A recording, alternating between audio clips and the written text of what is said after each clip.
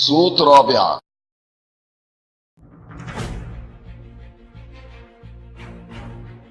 صوت رابعة.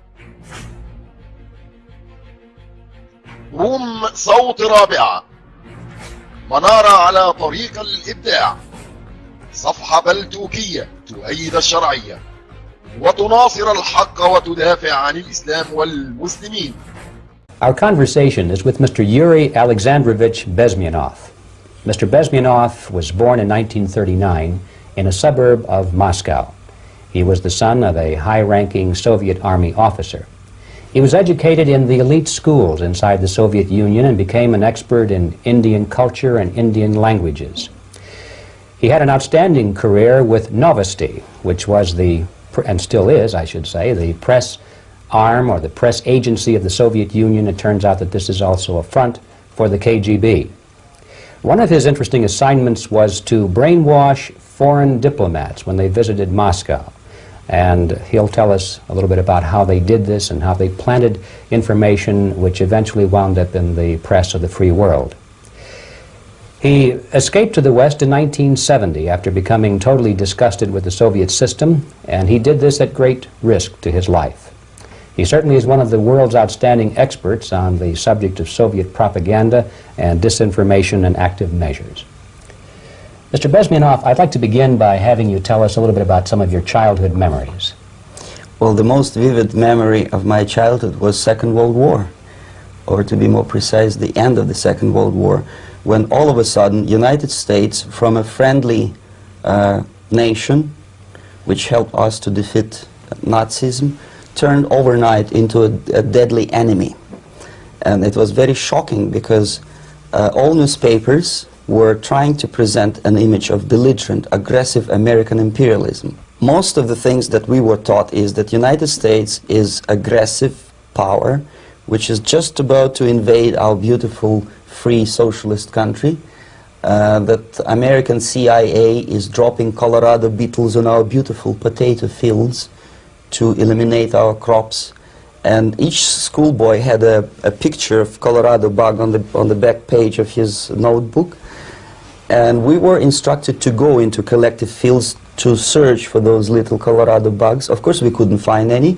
Neither we could find many potatoes. And that was explained again by the encroachments of the decadent imperialist power. The anti-American paranoia, hysteria in the Soviet propaganda was to such of such a higher degree that many less skeptical people or less stubborn would really believe that United States is just about to invade our beautiful motherland, and some secretly hope that it will come true. That's interesting. Yes. Well, getting back to life inside the Soviet Union or inside communist countries in general, in this country, at the university level primarily, we read and hear that the Soviet system is different from ours, but not that different, and that there is a convergence developing between all of the systems of the world, and that really it doesn't make an awful lot of difference what system you live under, because you have corruption and dishonesty and tyranny and all that sort of thing. From your personal experience, what is the difference between life under communism and life in the United States? Well, life is obviously very much different for simple reason that the Soviet Union is a state capitalist economically. It's a state capitalism where an individual has absolutely no rights, no value. His life is nothing. It's just like an insect. He is disposable. Whereby in the United States, even the worst criminal is treated as a human being. He has a fair trial, and some of them capitalize on their crimes. They publish their memoirs in their prisons and get handsomely paid by your crazy publishers.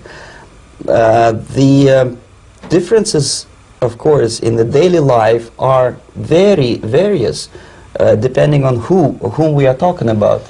In my own private life, I never suffered from communism simply because I was brought up in a family of high-ranking military officer. Most of the doors were open for me. Most of my expenses were paid by the government, and I never had any troubles with the authorities or with the police. So, in other words, I would say I enjoyed, or I had good reasons to enjoy all the advantages of so-called socialist system.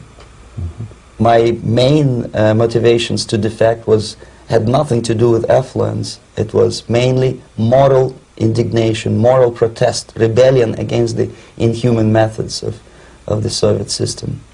Well, specifically, what did you object to?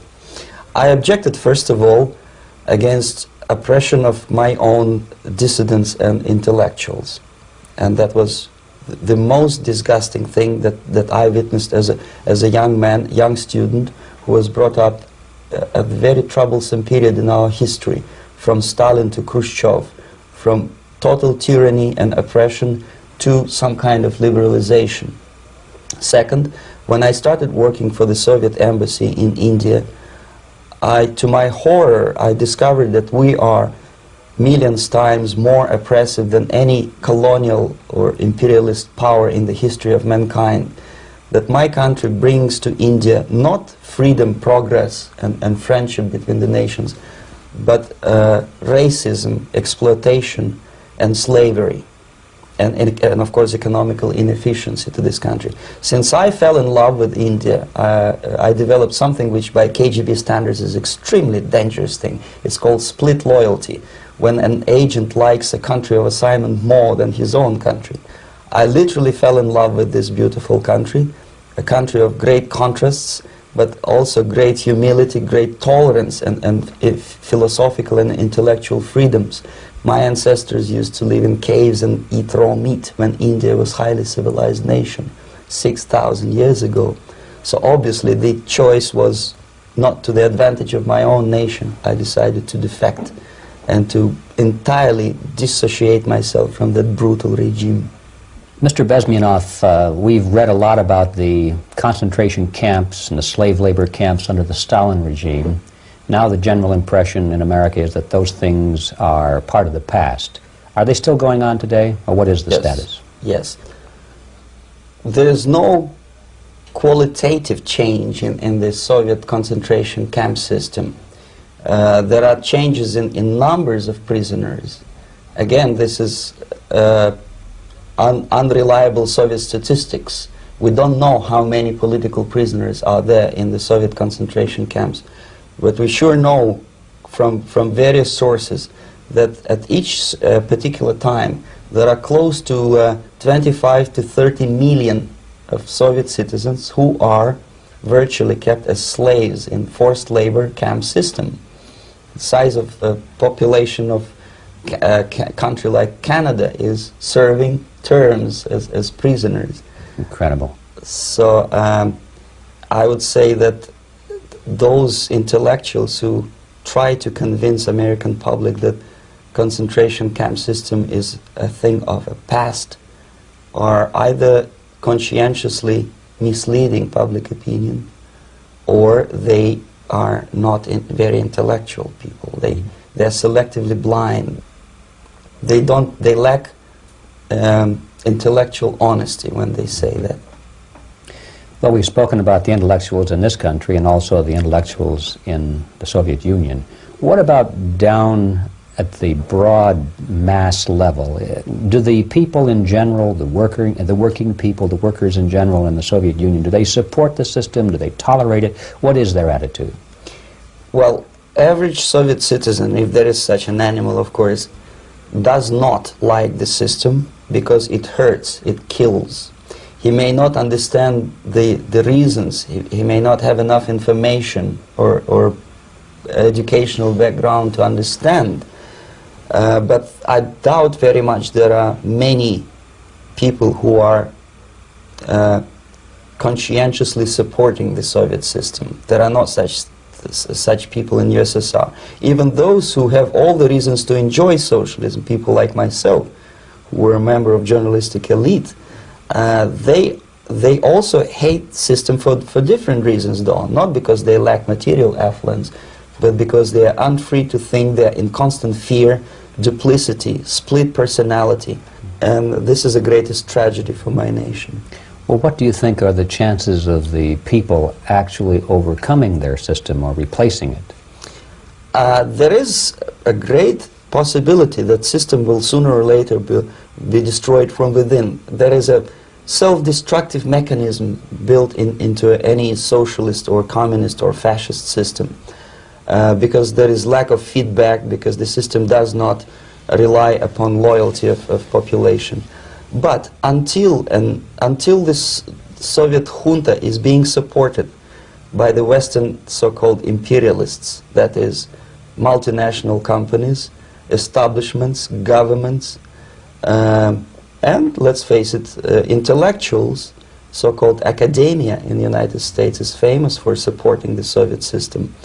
As long as the Soviet junta will keep on receiving credits, money, technology, grain deals, and political recognition from all these traitors of democracy or freedom, there is no hope, there is not much hope for changes in my country, and the system will not collapse by itself simply because it's being nourished by so-called American imperialism. This is the greatest paradox in history of mankind, when capitalist world supports and actively nourishes its own destroyer, destructor. I think you're trying to tell us something. Oh in yes. This country. I'm trying to tell you that it has to be stopped unless you want to end up in gulag system and enjoy all the advantages of socialist equality, working for free, catching fleas on your body, sleeping on the planks of plywood in Alaska this time, I guess. That's where Americans will belong, unless they will wake up, of course, and force their government to stop aiding Soviet fascism. Well, you told us a moment ago why you left the system. I'd like to hear the details of how you did it. It must have been a very dangerous thing. It was not so dangerous, it was crazy. First of all, because defecting in India is virtually impossible, thanks to very strong pressure from the Soviet government. Excuse me, you were in India on assignment at that time. Yes, I was working for the Soviet embassy in New Delhi as a press officer.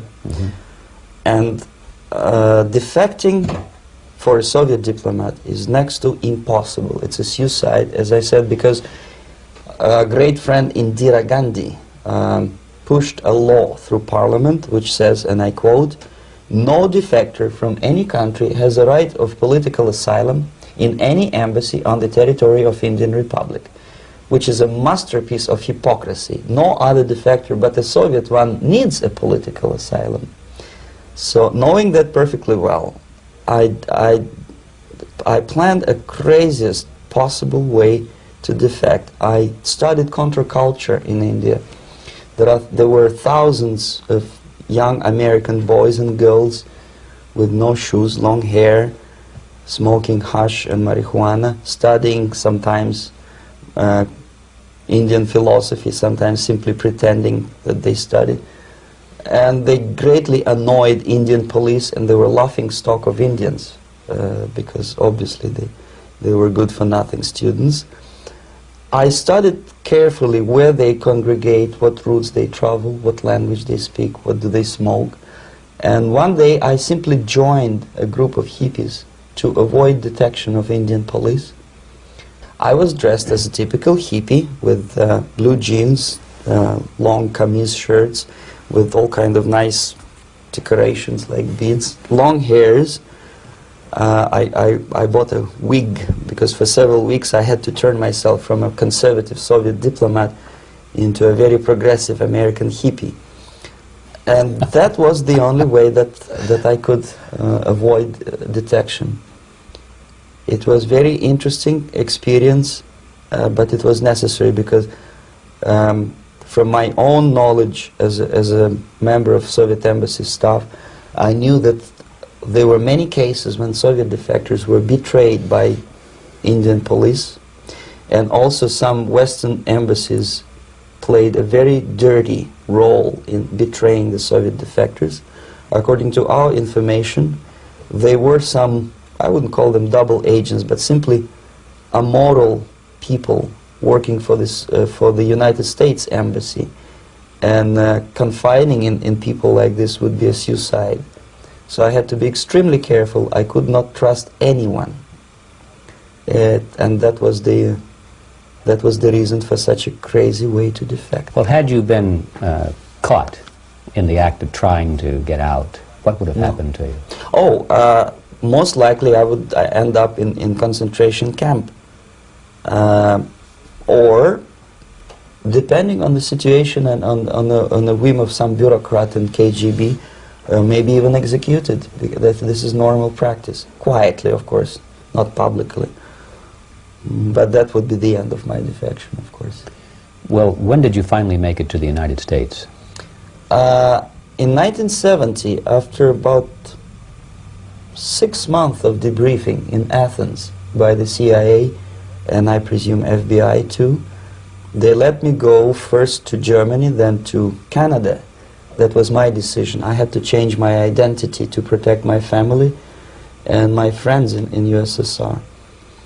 And also I was a little bit paranoid knowing that both Soviet KGB and probably some double agents within the American system may be after me. So I wanted to settle down as far away as possible.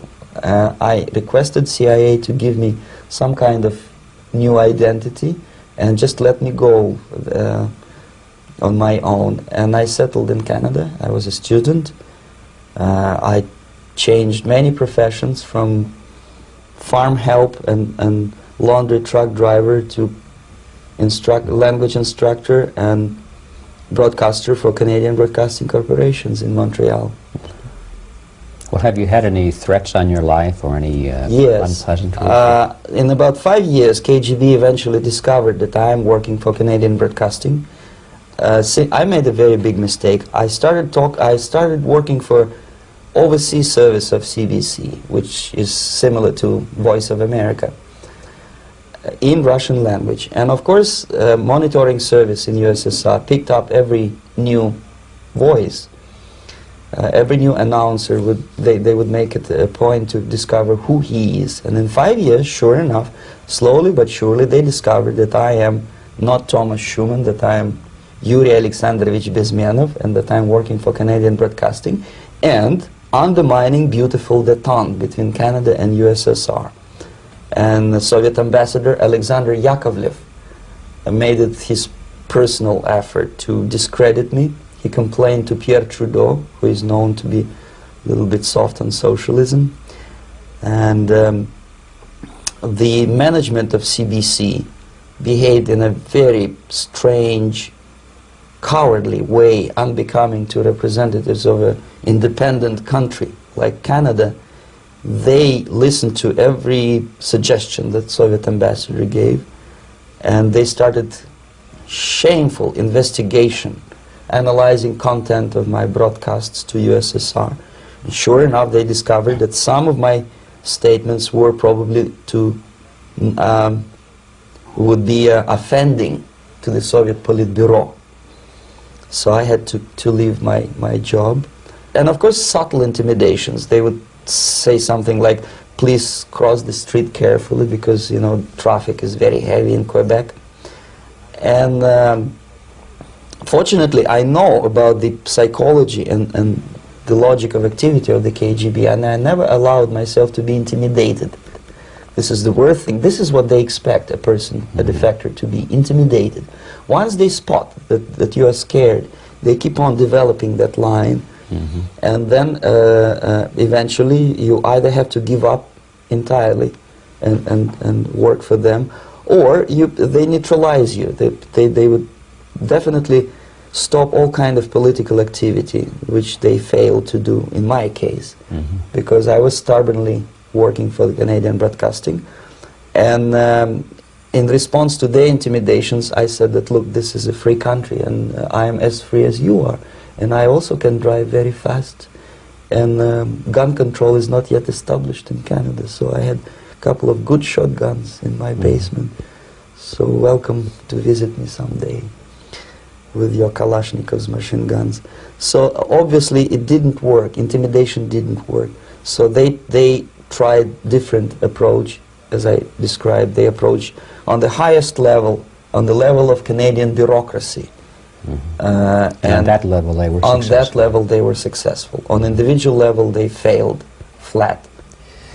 Mr. Bezmenov has brought a series of slides with him that he has taken from the Soviet Union, and I think this is a good time to take a look at the slides. Yes. Now, the viewers will be able to see these slides as we talk about them. Yes, this is a collection of slides which are, some of them are snapshots from my family album, some of them are documents which I smuggled from the Soviet embassy, and some are reproductions from local mass media. I usually show them to establish my credibility as a defector. This is a picture of my native town, Mытищи, about 20 miles north from Moscow. Characteristically, there is a statue of Comrade Lenin in the central square. This is myself at the age of 7, again, characteristically, under the statue of Comrade Stalin, extending his friendly hand to peoples of the world. At that age, of course, I was still idealistically minded young communist, and I still believe that sooner or later things will go for better. But I realized that the system stinks, that something is fishy, and that ideology is fake, and the propaganda about advanced Soviet agriculture simply didn't meet the criteria of reality.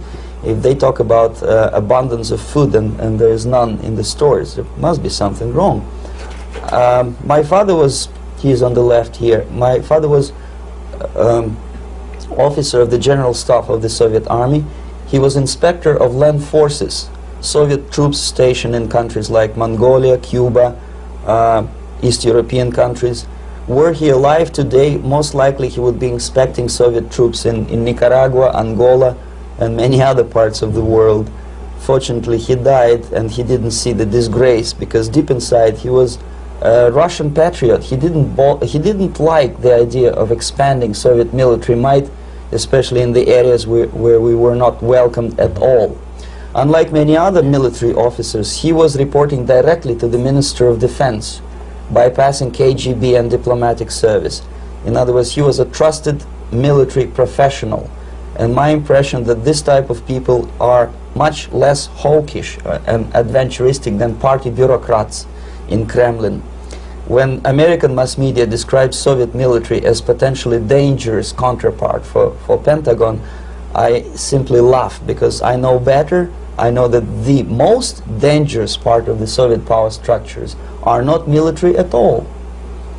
Most likely, if they come to power in my country, they'll be more sensible negotiators for nuclear disarmament and withdrawal of the Soviet troops from many parts of the world. But if someone from the party structure or the KGB structure were to give the orders for a military they have to obey, they yes, would follow because them. they are professional military. But they, you see, the triangle of power and hate in USSR is the party at the top, the party elite, the oligarchy of the party, then the military and the KGB at the bottom. They hate each other, and the most hated triangle, the most hated corner of the triangle is the Communist Party bureaucrats. They are the most adventuristic, senile megalomaniacs. They can start war, I wouldn't be surprised. Not the military. They know what war is. Yes. At least my father did. This is the picture taken at the entrance of my Institute of Oriental Languages. It's a part of Moscow State University. I graduated in 1963, and Now, excuse me, which one were you on? I am on the right. You're on the right. And on the left is my my schoolmate Vadim Smirnov, who later was an apparatchik in the Central Committee of the Soviet Union Communist Party. What is an apparatchik?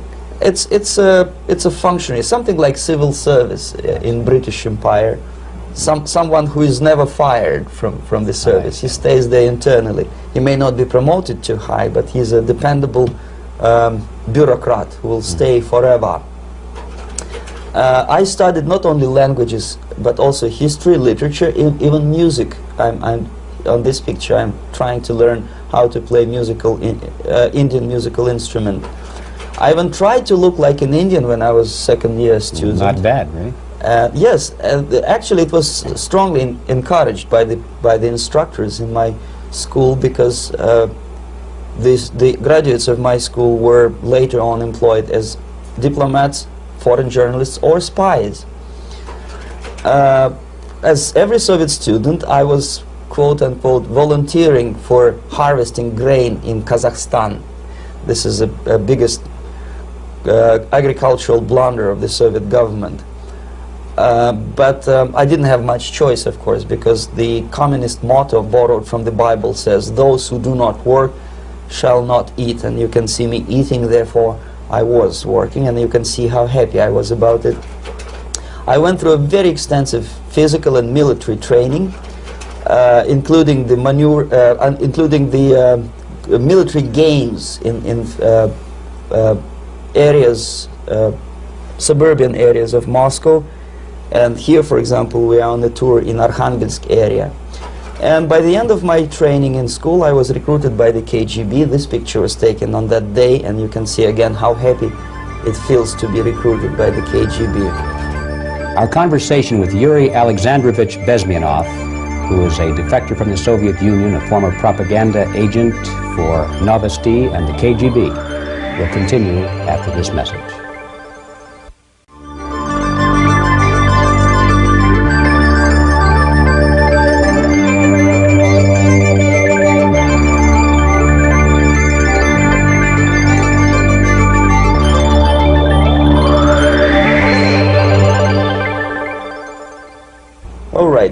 As every student in USSR, I went through very extensive physical and military training and civil defense training too. Unlike in the United States, where civil defense is virtually non-existent, zero.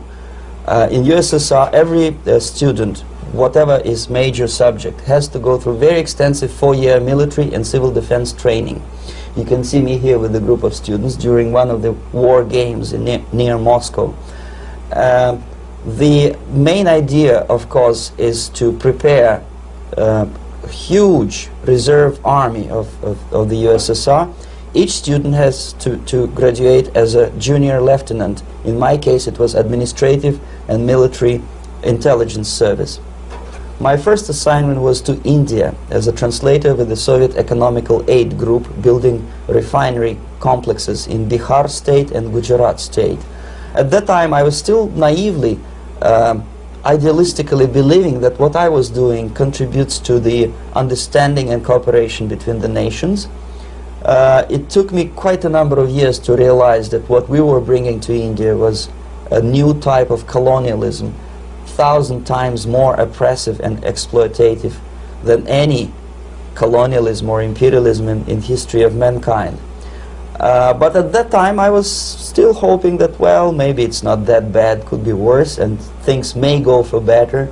And I even tried to implement the beautiful Marxist motto, "Proletarians of all the countries unite." I tried to unite with a nice Indian girl, and I was fascinated by Indian culture, by the family life in this country. But obviously Communist Party had different plans for my genes, so I had to marry this beautiful Russian girl. In the span of my career, I married 3 times. Most of these marriages were marriages of convenience, on advice from the Department of Personnel. This is normal practice in USSR. When a Soviet citizen is assigned to a foreign job, he has to be married, either to keep family in USSR as hostages, or, if it's a convenience marriage like mine, so that the husband and wife are virtually informers on each other to prevent defection or contamination by decadent imperialist or capitalist ideas. In my case, I hated that girl so much that the moment I landed in Moscow, we were divorced, and I married later, second time. By the end of my first assignment in India, I was promoted to the position of public relation officer. You can see me here translating a speech by a Soviet boss. And you're on the right. I'm on the right here, yes. And it was, the occasion was commissioning of the refinery complex in Bihar, Barauni. Back in Moscow, I was immediately recruited by Novosti Press Agency, which is a propaganda and ideological subversion front for the KGB. 75% of the members of the Novosti are commissioned officers of the KGB. The other 25 are, like myself, co-opted agents who are assigned to specific operations. In this particular case, you can see me talking to students of Lumumba Friendship University in Moscow. This is a huge school under the direct control of the KGB and Central Committee, where future leaders of the so-called national liberation movements are being educated and selected carefully. And some of them have absolutely, this, for example, is a group of students from Lumumba. They don't look like students at all. They look more like military, and that's exactly what they were. They were dispatched back to their countries to be leaders of the so-called national liberation movements, or to be translated into normal human language, leaders of international terrorist groups. Another area of activity when I was working for the Novosti was to accompany groups of so-called progressive intellectuals, writers, journalists, publishers, teachers, professors of colleges. You can see me here in Kremlin. I'm second on the left, with a group of Pakistani and Indian intellectuals. Most of them pretended they don't understand that we are actually working on behalf of the Soviet government and the KGB. They pretended that they are actually being guests, VIP intellectuals, that they are treated according to their merits and their intellectual abilities. For us, they were just a bunch of political prostitutes to be taken advantage for various propaganda operations. Therefore, you can see perfectly well the senior colleague of mine on the left doesn't really have that much respect on his face, and myself with a very skeptical smile, typical KGB sarcastic smile, anticipating another victim of ideological brainwashing. This is how a typical conference in Novosti headquarters in Moscow looked like. Sitting in the middle is Boris Burkov, the then director of Novosti press agency, high-ranking party bureaucrat in the Department of Propaganda. I am standing next to a famous Indian poet, Sumitranandan Pant. He was famous because he was an author. He was the author of a famous poem titled Rhapsody to Lenin. That's why he was invited to USSR, and everything was paid by the Soviet government. Pay special attention to number of bottles on the table. This is one of the ways to kill the awareness or curiosity of foreign journalists. One of my functions was to keep foreign guests permanently intoxicated the moment they land at Moscow airport. I had to take them to the VIP lounge and toast to friendship and understanding between the nations of the world. Glass of vodka, then a second glass of vodka. And in no time, my guests would be feeling very happy. They would see everything in kind of pink, nice color. And that's the way I had to keep them permanently for the next 15 or 20 days. At certain point in time, I had to withdraw alcohol from them so that some of them who are the most recruitable would feel a little bit shaky, guilty, trying to remember what they were talking last night. That's the time to approach them with all kind of nonsense, such as joint communique or statement for Soviet propaganda. That's the time they are the most flexible. And of course, what they didn't understand, they didn't realize or pretended not to realize, that myself, who was drinking together with them, was not drinking at all. I had ways to get rid of alcohol through various techniques, including special pills which were given to me by my colleagues. But they were taking it seriously. In other words, they would consume quite a large volumes of alcohol and feel quite uneasy next morning. In 1967, the KGB attached me to this magazine, Look magazine. A group of 12 people arrived to USSR from United States to cover the 50th anniversary of October Socialist Revolution in my country. From the first page to the last page, it was a package of lies, propaganda cliché, which were presented to American readers as opinions and deductions of American journalists. Nothing could be far from truth. These were not opinions. They were not opinions at all. They were the clichés which the Soviet propaganda wants American public to think that they think.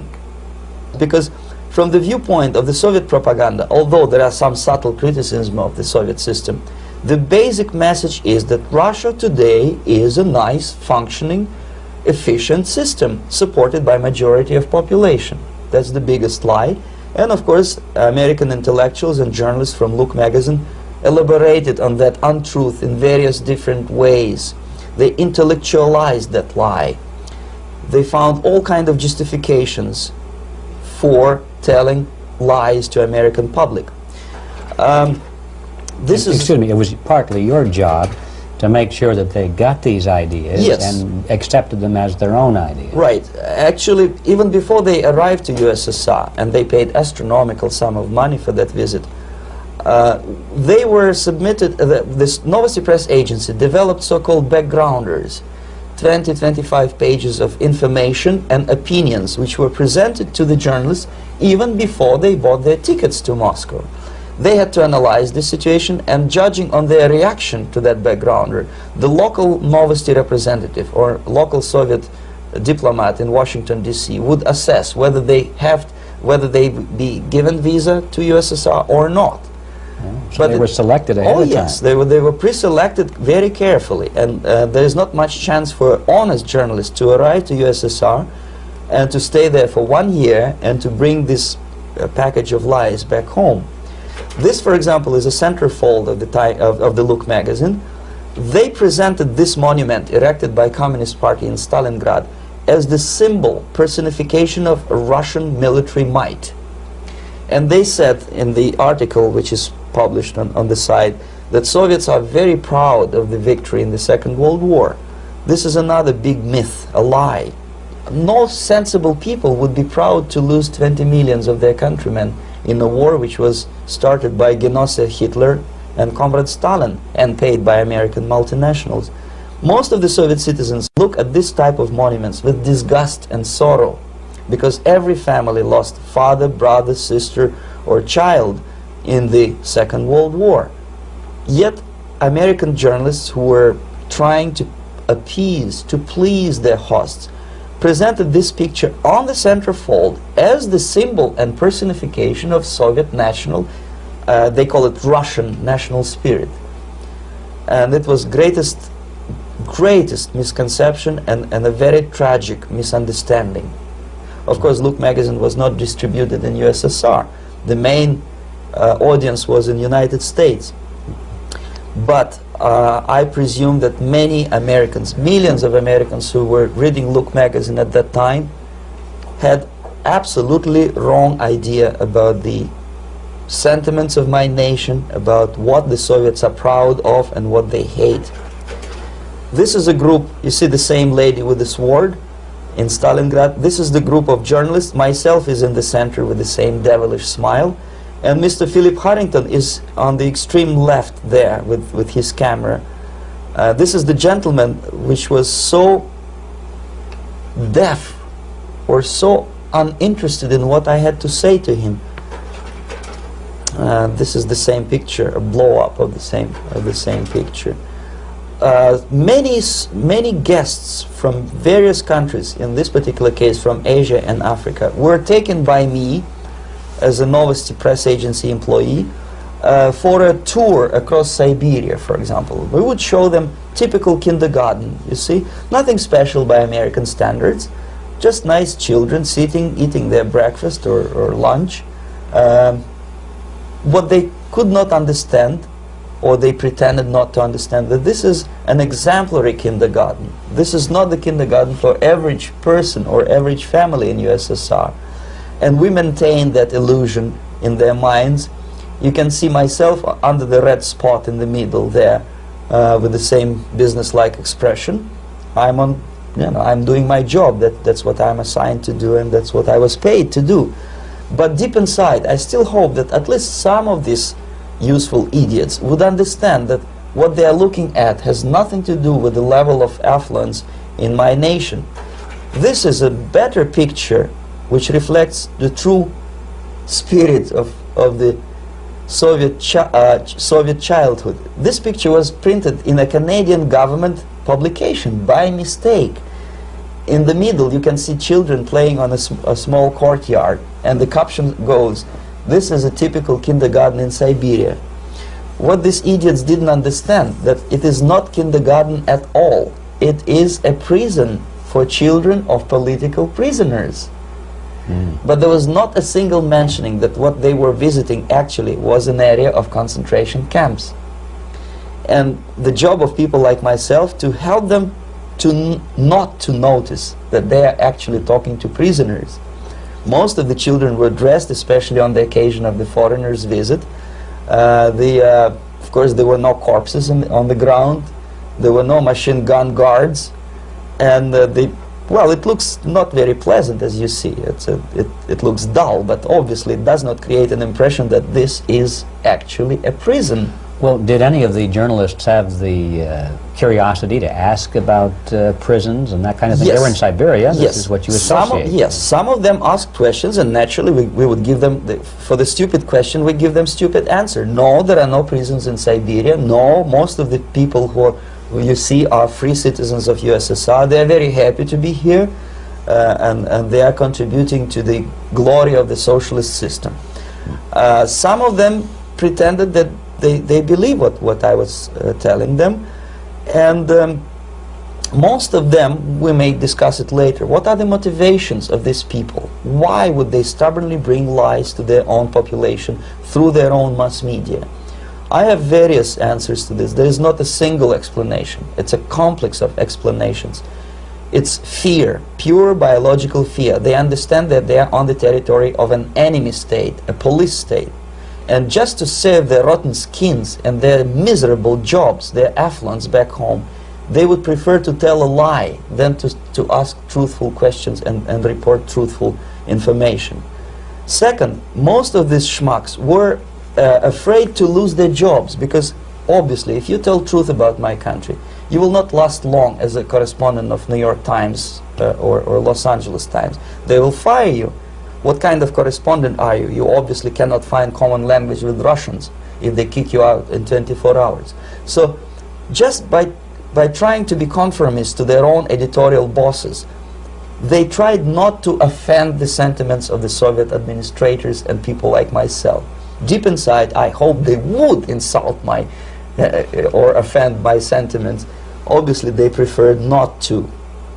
Another reason, I refuse to believe it, but obviously there is another reason. Obviously, it's a greed. These people earn a lot of money. When they come back to USA, they claim that they are experts in my country. They write books which sells in million copies, titled like Russians, The Truth About Russia. Most of it is lie about Russia. Yet they claim to be Sovietologists. They play back myth about my country, the propaganda cliches. Yet they stubbornly resist the word of truth.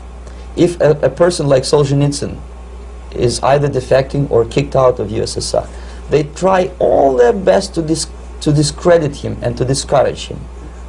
I don't have much chance to appear on national network with a true story about my country. But a useful idiot like Hendrik Smith or Robert Kaiser, they are big heroes. They come back from USSR, they say, oh, we were talking to dissidents in Russia. Big deal. Soviet dissidents are chasing American correspondents in the streets, and they are cowardly escaping from these contacts. For some strange reason, if you want to know more about Spain, you refer to Spanish writers. If you want to learn more about French, you read French writers. Even about Antarctica, I bet you would read Penguins.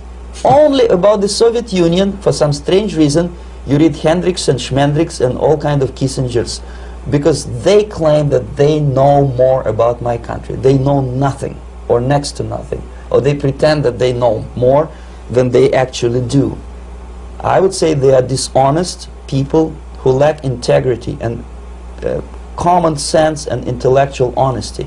They bring back all kind of stories like that. A kindergarten in Siberia. Omitting the most important fact, it's a prison for children of political prisoners. Another greatest example of monumental idiocy of American politicians. Edward Kennedy was in Moscow, and he thought that he is a popular, charismatic American politician who is easygoing, who can smile, dance at the wedding in Russian Palace of Marriages. What he did not understand, or maybe he pretended not to understand, that actually he was being taken for a ride. This is a staged wedding, especially to impress foreign media or useful idiots like Ed Kennedy. Most of the guests there, they had security clearance, and they were instructed what to say to foreigners. This is exactly what I was doing. You can see me in the same damn wedding palace in Moscow where Ed Kennedy was dancing here. You see, smiling. He thinks he's very smart. From the viewpoint of Russian citizens who observe this idiocy, he's narrow-minded, egocentrical idiot who tries to earn his own popularity through participation in propaganda farces like this. Here you can see myself. On the right, again, exemplary Soviet bride. On the left, 3 journalists from various countries, Asia, Africa, and Latin America. Obviously, they enjoying the situation. They will go back home and write the reports. We were present on a regular Soviet wedding. They were not present on a regular Soviet wedding. They were present, they were parts of a farce, of a circus performance. Another thing which I had to sometimes risking my life to explain to foreigners. Time magazine, for example, is very critical of South African racist regime. The whole article was dedicated to the shameful internal passport system where blacks are not allowing to live with whites. For some strange reason, for the last 14 years since my defection, nobody wanted to pay attention to my passport. This is my passport. It also shows my nationality, and it has a police rubber stamp, which is called propiska in Russian language, which assigns me to a certain area of residence. I cannot leave that area, same way as this black man cannot leave the area in South Africa. Yet we call South African government racist regime. Not a single Jane Schmonda or Fonda is brave enough, courageous enough to come to media and say, look, this is what happens in USSR. I send a copy of my passport to many American liberals and civil rights defenders and all the other useful idiots. They never bothered to answer me back. This shows what kind of integrity, what kind of honesty these people are. They're a bunch of hypocrites because they don't want to recognize a good example of racism in my country. This is the first stage of befriending a professor. You can see myself on the left with the same James Bond smile. On the right is my KGB supervisor, Comrade Leonid Mitrokhin, and in the middle a professor of political science in Delhi University. The next stage would be to invite him to a gathering of Indo-Soviet Friendship Society. There he is sitting next to his wife before he is being sent to USSR for free trip. Everything is paid by the Soviet government. He was made to believe that he is invited to USSR because he is a talented, sober-thinking intellectual. Absolutely false. He is invited because he is a useful idiot, because he would agree and subscribe to most of the Soviet propaganda cliché. And when he is coming back to his own country, he is going for years and years to teach the beauties of Soviet socialism to newer and newer generations of his students, thus promoting the Soviet propaganda line. The KGB was even curious about this gentleman. It may look innocent. Maharishi Mahesh Yogi, a great spiritual leader, or maybe a great charlatan and crook, depending on from which side you are looking at him. Beatles were trained at his ashram in Hardwar in India how to meditate. Mia Farrow and other useful idiots from Hollywood visited his school, and they returned back to United States absolutely zonked out of their minds with marijuana, hashish, and crazy ideas of meditation. To meditate, in other words, to isolate oneself from the current social and political issues of your own country, to get into your own bubble, to forget about troubles of the world. Obviously, KGB was very fascinated with such a beautiful school, such a brainwashing center for stupid Americans. I was dispatched by the KGB to check what kind of VIP Americans attend this school. That's you on the left. Yes, I'm on the left. I was trying to get enrolled in that school. Unfortunately, the Maharishi Mahesh Yogi asked too much. He wanted $500 American for enrollment. But my function was not actually to get enrolled in the school. My function was to discover what kind of people from United States attend this school. And we discovered that yes, there are some influential members of family, public opinion makers of United States who come back with the crazy stories about Indian philosophy. Indians themselves look upon them as idiots, useful idiots. To say nothing about KGB, who looked at them as extremely naive, misguided people.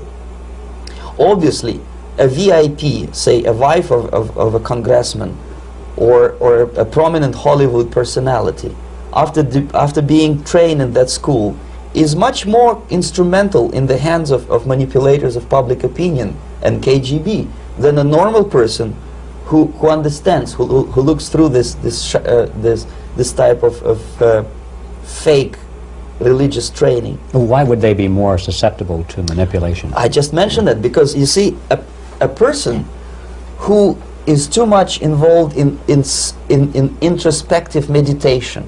You see, if you carefully look what Maharishi Mahesh Yogi is teaching to Americans, is that most of the problems, most of the burning issues of today can be solved simply by meditating. Don't rock the boat. Don't get involved. Just sit down, look at your navel and meditate. And the things, due to some strange logic, due to cosmic vibration, will settle down by themselves. This is exactly what the KGB and Marxist-Leninist propaganda wants from Americans, to distract their opinion, attention and mental energy from real issues of United States into a non-issues, into a non-world, non-existent harmony. Obviously, it's more beneficial for the Soviet aggressors to have a bunch of duped Americans than Americans who are self-conscious, healthy, physically fit, and alert to the reality. Maharishi Mahesh Yogi obviously is not on the payroll of the KGB. But whether he knows it or not, he contributes greatly to demoralization of American society. And he's not the only one. There are hundreds of those gurus who come to your country to capitalize on naivete and stupidity of Americans. It's a fashion. It's a fashion to meditate. It's a fashion not to be involved. So obviously, you can see that if KGB were that curious, if they paid my trip to Hardwar, if they assigned me to that strange job, obviously they were very much fascinated. They were convinced that that type of brainwashing is very efficient and instrumental in demoralization of the United States. Our conversation with Yuri Alexandrovich Bezmenov, who is a defector from the Soviet Union, a former propaganda agent for Novosti and the KGB, will continue after this message.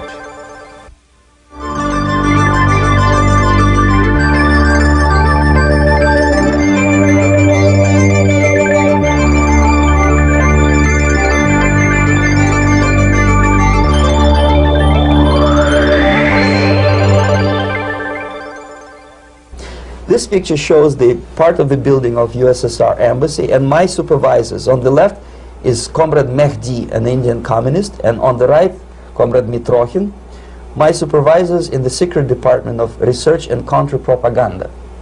It has nothing to do with either research or counter-propaganda. Most of the activity of that department was to compile huge volume of information on individuals who were instrumental in creating public opinion. Publishers, editors, journalists, actors, educationalists, professors of political science, members of parliament, representatives of business circles. Most of these people were divided roughly in two groups. Those who would toe the Soviet foreign policy, they would be promoted to the positions of power through media and public opinion manipulation. Those who refused the Soviet influence in their own country would be character assassinated or executed physically come revolution. Same way as in the small town of Hue in South Vietnam, several thousands of Vietnamese were executed in one night when the city was captured by Viet Cong for only 2 days. And American CIA could never figure out how could possibly communists know each individual, where he lives, where to get him, and would be arrested in one night, basically in some 4 hours before dawn, put on a van, taken out of the city limits and shot. The answer is very simple. Long before communists occupied the city, there was extensive network of informers, local Vietnamese citizens, who knew absolutely everything about people who are instrumental in public opinion, including barbers and taxi drivers. Everyone who was sympathetic to the United States was executed. Same thing was done under the guidance of the Soviet embassy in Hanoi, and same thing I was doing in New Delhi. To my horror, I discovered that in the files where people were doomed to execution, there were names of pro-Soviet journalists with whom I was personally friendly. Pro-Soviet? Yes. They were idealistically minded leftists who made several visits to USSR, and yet the KGB decided that come revolution or drastic changes in political structure of India, they will have to go. Why is that?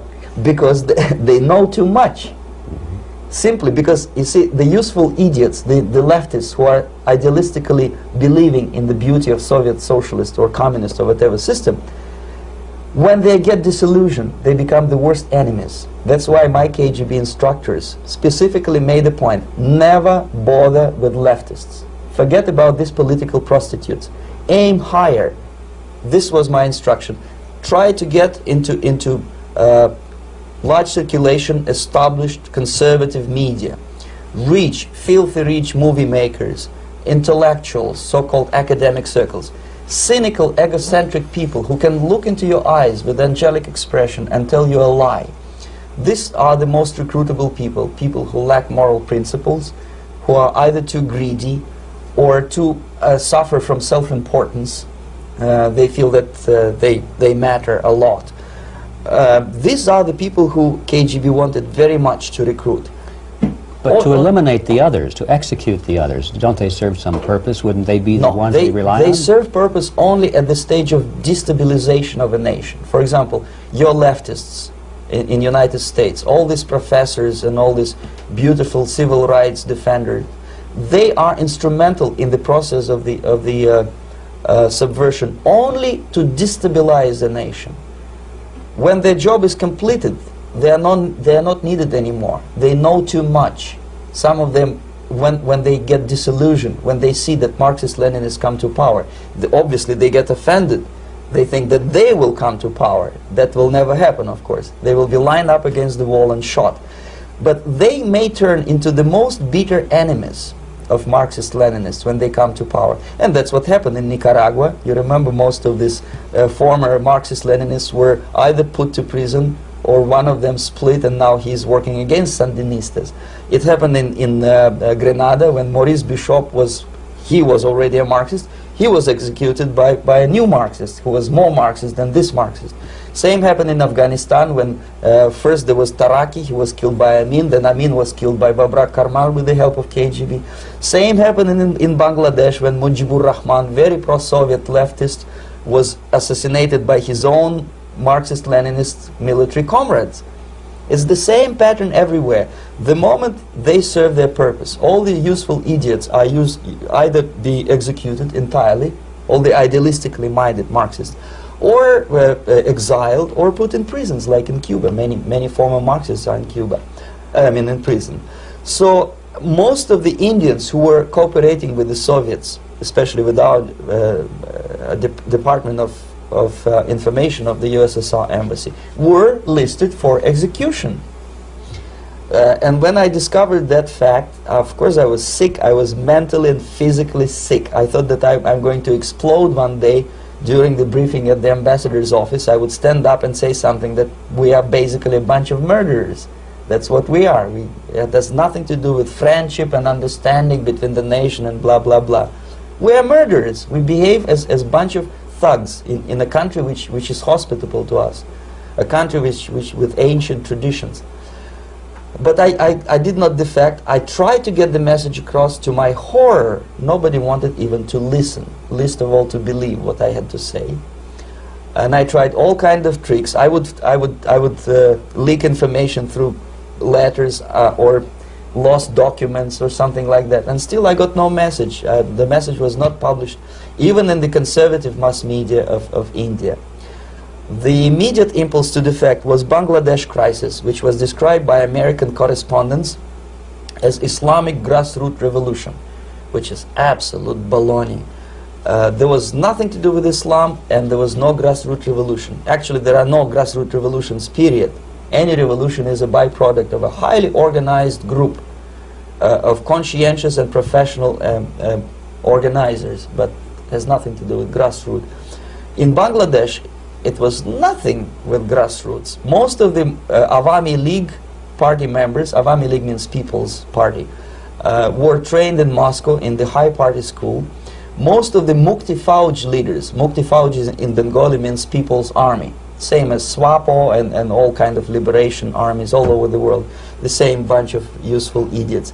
They were trained at Lumumba University and various centers of the KGB in Simferopol, in Crimea, and in Tashkent.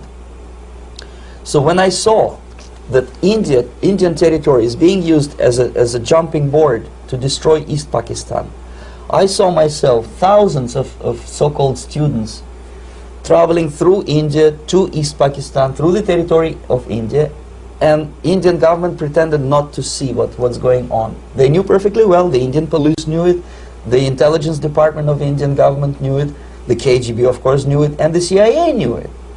That was most infuriating, because when I defected and I explained to the CIA debriefers they should watch out because East Pakistan is going to erupt any moment, they said I was reading too many James Bond novels. Anyway, so East Pakistan was doomed. One of my colleagues in the Soviet consulate in Calcutta, when he was dead drunk, he ventured into the basement to relieve himself, and he found big boxes which said printed matter to Dhaka University. Dhaka is the capital of East Pakistan. And since he was drunk and curious, he opened one of the boxes and he discovered not printed matter, he discovered Kalashnikov guns and ammunition in there. Anyway, it's a long story. When I saw the preparations for the invasion into East Pakistan, obviously I wanted to defect immediately. The only thing I couldn't at that time make up my mind when and where and how. One of the reasons, of course, you see, I was in love with India. I mentioned it before. I spoke the languages, I socialized with people, and I understood that I had to act fast unless I want this beautiful country to be permanently and irreparably damaged by our presence. One of the reasons not to defect was, as you can see, I was living in relative affluence. Who the hell in a normal mind would defect and do what? To be abused by your media, to be called McCarthyist and fascist and paranoid, or to drive a taxi in New York City? What for? What the hell for should I defect? To be abused by Americans, to be insulted in exchange for my effort to bring the truthful information about impending danger of subversion. As you can see, I was living in quite a comfortable conditions next to swimming pool, where Indians were not allowed, by the way. I was highly paid expert in propaganda. I had my family. I was respected by my nation. My career was cloudless. The third reason, how to defect with the family. To defect with the baby and the wife would be virtual suicide, because according to law, that hypocritical law which I quoted before, the Indian police will have to hand me over back to the KGB, and that will be the end of my defection and probably my life. Again, I cannot smuggle my wife because she was not quite sure what I was doing. She was not that idealistically involved, and she was definitely not in the total picture of what I was doing for the KGB. She would be shocked if I put her in my van and drive her to the American embassy or elsewhere. That would be a greatest danger. So again, I had to defect in such a way that my defection would look as simple disappearance. And there were many cases like that when the Soviet agents simply disappeared, either killed in action or, thanks to their curiosity and their close contacts with radicals, some of them were killed by the Marxists, by the way. It happened in many African countries when the Soviet KGB were killed by Africans themselves. Not because they hated Marxism, Leninism, but because they were simply trigger-happy bunch of unruly characters. If you give them a machine gun, they will shoot. And some of the Soviets obviously were not careful enough to protect themselves, and they got into embarrassing situations when they were shot at the crossfire between factions of so-called liberation movements. Anyway, so I decided, as I said, to study the counterculture. I decided this probably would be the best way to disappear. I socialized with characters like this. On the left, you see, is a barefoot American hippie. It took me quite a long time to study exactly what they were doing and how to mix with them. But eventually I did it. Most of Indian newspapers carried my picture and promise of 2,000 rupees for information about my whereabouts. But they were looking for the wrong person, because they obviously tried to stop a young Soviet diplomat in white shirt and tie, and this is how I looked at the time of defection. Nobody could possibly think that a Soviet diplomat would be as crazy as to join a bunch of hippies. That's you. Yes, travel India and smoke hash. So I made it literally almost like a Hollywood-style detective story. From under the nose of the KGB in Bombay airport, I landed a plane and I flew to Greece, where I was debriefed by the CIA. That's basically that's all for my slides. We can turn off the projector, then. That's very interesting. Well, you spoke several times before about ideological subversion. That is a phrase that I'm afraid some Americans don't fully understand. When the Soviets use the phrase ideological subversion, what do they mean by it? Ideological subversion is the process which is legitimate, overt, and open. You can see it with your own eyes. All you have to do, all American mass media has to do, is to unplug their bananas from their ears, open up their eyes, and they can see it. There is no mystery. There is nothing to do with espionage. I know that espionage, intelligence gathering, looks more romantic. It sells more deodorants through the advertising, probably. That's why your Hollywood producers are so crazy about James Bond type of thrillers. But in reality, the main emphasis of the KGB is not in the area of intelligence at all. According to my opinion, and opinion of many defectors of my caliber, only about 15% of time, money, and manpower is spent on espionage as such. The other 85% is a slow process which we call either ideological subversion or active measures, активные мероприятия in the language of the KGB, or psychological warfare. What it basically means is to change the perception of reality of every American to such an extent that despite of the abundance of information, no one is able to come to sensible conclusions in the interests of defending themselves, their families, their community, and their country. It's a great brainwashing process which goes very slow, and it's divided in 4 basic stages. The first one being demoralization. It takes from 15 to 20 years to demoralize a nation. Why that many years? Because this is the minimum number of years which requires to educate one generation of students in the country of your enemy, exposed to the ideology of the enemy. In other words, Marxism-Leninism ideology is being pumped into the soft heads of at least 3 generations of American students without being challenged or counterbalanced by the basic values of Americanism, American patriotism. The result you can see. Most of the people who graduated in the 60s, dropouts or half-baked intellectuals, are now occupying the positions of power in the government, civil service, business, mass media, educational system. You are stuck with them. You cannot get rid of them. They are contaminated. They are programmed to think and react to certain stimuli in a certain pattern. You cannot change their mind, even if you expose them to authentic information, even if you prove that white is white and black is black. You still cannot change the basic perception and the logic of behavior. In other words, these people, the process of demoralization is complete and irreversible. To get rid society of these people, you need another 20 or 15 years to educate a new generation of patriotically minded and common sense people who would be acting in favor and in the interests of the United States society. And yet these people who've been programmed and, as you say, in place and Yes. who are favorable to an opening with the Soviet concept, these are the very people who would be marked for extermination in this country? Most of them, yes. Simply because the psychological shock when they will see in future what the beautiful society of equality and social justice means in practice, obviously they will revolt. They will be very unhappy, frustrated people. And the Marxist-Leninist regime does not tolerate these people. Obviously they will join the links of dissenters, dissidents. Yes. Unlike in present United States, there will be no place for dissent in future Marxist-Leninist America. Here you can get popular like Daniel Ellsberg and filthy rich like Jane Fonda for being dissident, for criticizing your Pentagon. In future, these people will be simply squashed like cockroaches. Nobody is going to pay them nothing for their beautiful, noble ideas of equality.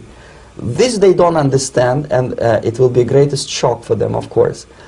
The demoralization process in the United States is basically completed already. For the last 25 years, actually it's overfulfilled, because demoralization now reaches such areas where previously not even Comrade Andropov and all his experts would even dream of such a tremendous success. Most of it is done by Americans to Americans, thanks to lack of moral standards. As I mentioned before, exposure to true information does not matter anymore. A person who was demoralized is unable to assess true information. The facts tell nothing to him. Even if I shower him with information, with authentic proof, with documents, with pictures, even if I take him by force to the Soviet Union and show him concentration camp, he will refuse to believe it until he is going to receive a kick in his fat bottom. When a military boot crashes his balls, then he will understand, but not before that. That's the tragic of the situation of demoralization. So basically America is stuck with demoralization, and unless, even if you start right now, here, this minute, you start educating new generation of Americans, it will still take you 15 to 20 years to turn the tide of ideological perception of reality back to normalcy and patriotism. The next stage is destabilization. This time, subverter does not care about your ideas and the patterns of your consumption. Whether you eat junk food and get fat and flabby, it doesn't matter anymore. This time, and it takes only from 2 to 5 years to destabilize a nation, what matters is essentials: economy, foreign relations, defense systems. And you can see it quite clearly that in some areas, in such sensitive areas as defense and economy, the influence of Marxist-Leninist ideas in the United States is absolutely fantastic. I could never believe it 14 years ago when I landed in this part of the world, that the process will go that fast. The next stage, of course, is crisis. It may take only up to 6 weeks to bring a country to the verge of crisis. You can see it in Central America now. And after crisis, with a violent change of power, structure, and economy, you have so-called the period of normalization. It may last indefinitely. Normalization is a cynical expression borrowed from Soviet propaganda. When the Soviet tanks moved into Czechoslovakia in '68, Comrade Brezhnev said, "Now the situation in brotherly Czechoslovakia is normalized." This is what will happen in the United States if you allow all these schmucks to bring the country to crisis, to promise people all kind of goodies and the paradise on earth, to destabilize your economy, to eliminate the principle of free market competition, and to put a big brother government in Washington, D.C., with benevolent dictators like Walter Mondale, who will promise lots of things, never mind whether the promises are fulfillable or not. He will go to Moscow to kiss the bottoms of new generation of Soviet assassins, never mind. He will create false illusions that the situation is under control. Situation is not under control. Situation is disgustingly out of control. Most of the American politicians, media, and educational system trains another generation of people who think they are living at a peacetime. False. United States is in the state of war, undeclared total war against the basic principles and the foundations of this system. And the initiator of this war is not Comrade Andropov, of course. It's the system. However ridiculous it may sound, the world communist system or the world communist conspiracy, whether I scare some people or not, I don't give a hoot. If you are not scared by now, nothing can scare you. But you don't have to be paranoid about it. What actually happens now, that unlike myself, you have literally several years to live on unless the United States wake up. The time bomb is ticking. With every second, the disaster is coming closer and closer. Unlike myself, you will have nowhere to defect to, unless you want to live in Antarctica with penguins. This is it. This is the last country of freedom and possibility. Okay, so what do we do? What is your recommendation to the American people? Well, the immediate thing that comes to my mind is, of course, there must be a very strong national effort to educate people in the spirit of real patriotism, number one. Number two, to explain them the real danger of socialist, communist, whatever, welfare state, big brother government. If people will fail to grasp the impending danger of that development, nothing ever can help United States. You may kiss goodbye to your freedom, including freedoms to homosexuals, to prison inmate. All this freedom will vanish, evaporate in 5 seconds, including your precious lives. The second thing, the moment at least part of United States population is convinced that the danger is real, they have to force their government. And I'm not talking about sending letters, signing petitions, and all this beautiful, noble activity. I'm talking about forcing United States government to stop aiding communism. Because there is no other problem more burning and urgent than to stop the Soviet military-industrial complex from destroying whatever is left of the free world. And it is very easy to do. No credits, no technology, no money, no political or diplomatic recognition, and of course no such idiocy as grain deals to USSR. The Soviet people, 270 millions of Soviets, will be eternally thankful to you if you stop aiding a bunch of murderers who sit now in Kremlin and whom President Reagan respectfully calls government. They do not govern anything, least of all such complexity as the Soviet economy. So basic, two very simple, maybe too simplistic answers or solutions, but nevertheless they are the only solutions. Educate yourself, understand what's going on around you. You are not living at the time of peace. You are in a state of war, and you have precious little time to save yourself. You don't have much time, especially if you are talking about young generation. There's not much time left for convulsions and sexual masturbation to the beautiful disco music. Very soon it will go, just overnight. If we are talking about capitalists or wealthy businessmen, I think they are selling the rope on which they will hang very soon. If they don't stop, if they cannot curb their unsettled desire for profit, and if they keep on trading with the monster of the Soviet communism, they are going to hang very soon. And they will pray to be killed, but unfortunately they will be sent to Alaska probably to manage industry of slaves. It's simplistic. I know it sounds unpleasant. I know Americans don't like to listen to things which are unpleasant. But I have defected not to tell you the stories about such idiocy as microfilm, James Bond type espionage. This is garbage. You don't need any espionage anymore. I have come to talk about survival. It's a question of survival of this system. You may ask me, what is it in for me? Survival, obviously, because unlike, as I said, I am now in your boat. If we sing together, we'll sing beautifully together.